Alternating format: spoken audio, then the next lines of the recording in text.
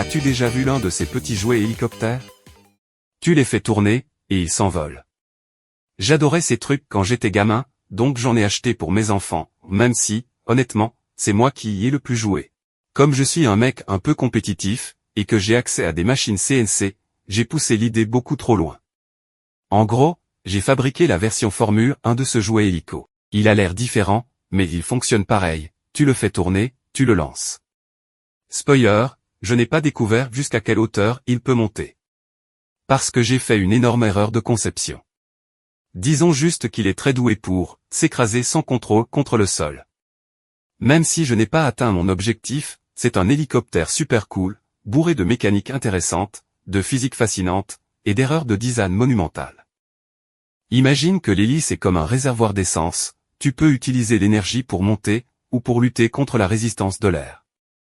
Du coup, j'ai une idée, et si on faisait tourner une hélice plus lentement, donc plus efficacement, et qu'on stockait l'énergie dans un volant d'inertie, flywheel, tournant très vite.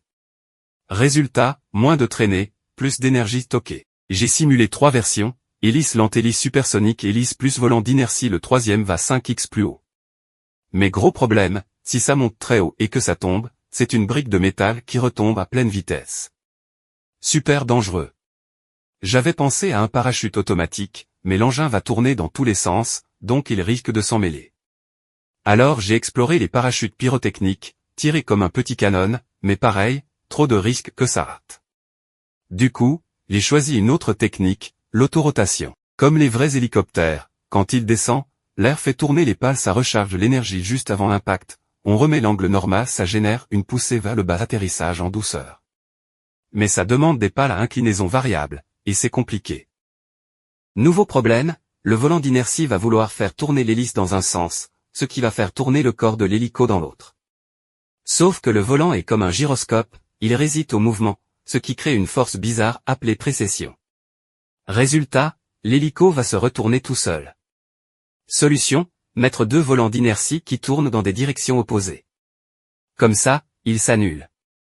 Pour relier les volants à l'hélice, j'ai utilisé des engrenages coniques, bevel gears. Je les ai fabriqués moi-même avec une découpe G2 plus CNC 5 axes engrenages sur mesure, très léger. J'ai ensuite fabriqué tout le reste de l'hélicoptère en métal. Une fois tout monté, ça ressemble à un vrai petit bijou d'ingénierie. Le rotor permet de changer l'angle des pales avec un petit cerveau qui reste fixe pendant la rotation, mais qui pousse via un axe. Les engrenages ont un ratio de 5:1, les volants tournent 5x plus vite que les pales jusqu'à 24 000 TR, minutes, donc bien équilibré. Tout le système électronique est intégré au centre. Mais là, je réalise que j'ai fait une erreur critique, les volants s'annulent, donc plus aucun effet gyroscopique pour stabiliser le corps. Résultat, le corps de l'hélico va tourner à 1000 TR, minutes à l'envers, explosion garantie. Trop tard pour refaire tout le design, je passe en mode hacking, je fabrique des petites ailes de contrôle, comme les ailerons d'un avion, qui utilisent l'air produit par les pales pour contrer la rotation. C'est moche, c'est bricolé, mais ça peut marcher. Pour faire tourner les volants, je construis une station de lancement spéciale, moteur plus accouplement spécial mini-ordinateur pour contrôler la montée en régime déclenchement automatique. Quand c'est pré-test, je le fais tourner dans un cadre de sécurité, protégé par un bouclier en polycarbonate, en cas de dislocation violente. Premier souci, impossible d'atteindre la vitesse voulue, moteur brûle, table fonde. Cause, les volants ne sont pas aérodynamiques, traîner, énorme solution, les recouvrir d'un film thermorétractable léger, silhouette lisse, plus de vitesse possible, premier vrai vol. Il s'élève un peu, mais pas assez.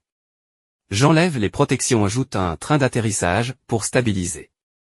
Je contrôle tout avec une télécommande. Vol multiple, ça marche, mais à chaque fois, le couple des volants fait tourner le corps. Les ailes de contrôle sont trop petites. Solution finale, ailes beaucoup plus grandes, plus de levier, plus de flux d'air capté. Test ultime, même résultat, toujours surpuissantes les forces de rotation. Conclusion, il faudra tout redésigner depuis zéro. Mais bon, on a bossé 6 semaines dessus. Il faut le tester en vrai. Je réveille ma femme à 6h du mat, elle vient voir. Dernier test, ça décolle.